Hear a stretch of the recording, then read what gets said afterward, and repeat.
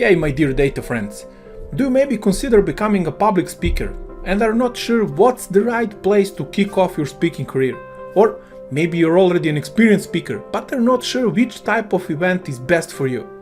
Finally, maybe you just want to learn the latest data platform related topics. Well, today I'd like to share my experience regarding the Data Platform Summit, which is happening again in September. In case you haven't heard of it, Data Platform Summit is one of the greatest data platform events on the planet, covering literally every aspect of the Microsoft data ecosystem, such as SQL Server, Azure Data Services, Power BI and Power Platform, and so on. But hey, I hear you, there are a lot of other events covering these same tools and technologies. That's a fair point. So what is so special about Data Platform Summit? From a speaker's perspective, let me share my experience. You will be treated super professionally from the very beginning, and communication with the organization team is super easy and straightforward.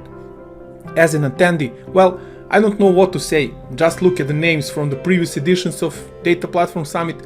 I bet you will hardly find more knowledgeable and skilled people sharing their knowledge at one single place. But wait, you know what's the best thing regarding Data Platform Summit this year? It's free. Yes, completely free.